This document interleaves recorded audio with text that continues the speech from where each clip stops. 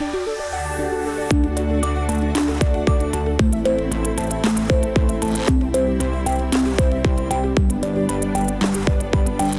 is the Future of Automotive with Steve Greenfield.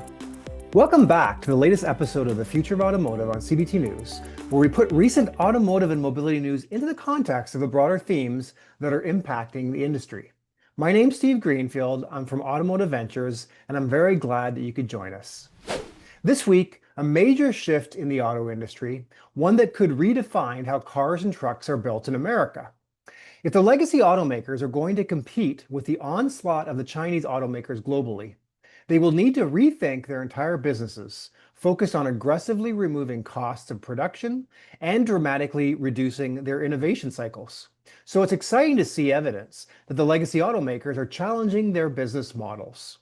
For more than a century, legacy automakers have relied on the same basic approach to manufacturing, perfected by Henry Ford himself: the moving assembly line, but now facing unprecedented pressure from low-cost, fast-moving Chinese competitors, companies like Ford and Toyota are tearing up the old playbook.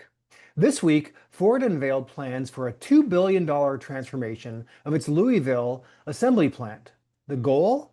Build a $30,000 midsize electric pickup by 2027 and do it up to 40% faster than today's vehicles. The secret is a new universal EV platform and a radically different assembly process. Not a single conveyor belt, but 3 separate lines assembling the front, the rear, and the battery platform simultaneously before joining them together. Ford says it cuts parts by 20%, wiring by 22 pounds, and workstations by nearly half. CEO Jim Farley admits it's a gamble. He says there are no guarantees. This is a bet and there's risk. But with Ford's EV division losing more than $1 billion last quarter, it's a bet the company believes it has to make. Just a month back, we heard that Toyota is making its own bold moves. In Georgetown, Kentucky, the company's oldest U.S. plant is getting a sweeping overhaul. Known internally as K-Flex, the new Line 1 can build almost any vehicle on Toyota's TNGA-K platform, from Toyota Camrys to Highlanders to EVs, all on the same line with minimal downtime.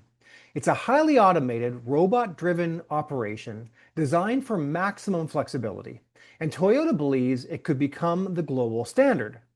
For both Ford and Toyota, the stakes couldn't be higher. It's exciting to see legacy automakers challenge 100-year-old preconceived notions about how to design and build vehicles. Without such dramatic moves, the legacy OEMs are going to continue to be on their back foot, inadequately prepared for the onslaught of dozens of Chinese automakers who have figured out how to build high quality cheaper and faster than their legacy competition. So with that, let's transition to our companies to watch. Every week, we highlight an interesting company in the automotive technology space to keep an eye on. If you read my weekly Intel report, we showcase a company to watch and then take the opportunity here on this segment each week to share that company with you. Today, our new company to watch is called Treehouse. Treehouse is an electrical contractor for the 21st century. Treehouse can deliver electrification projects faster and with greater precision than other options. Dealers generate more revenue from Treehouse. You can also eliminate barriers to EV sales while improving customer satisfaction and enabling a new revenue stream. How does Treehouse work? Treehouse manages installation end-to-end in 4 easy steps.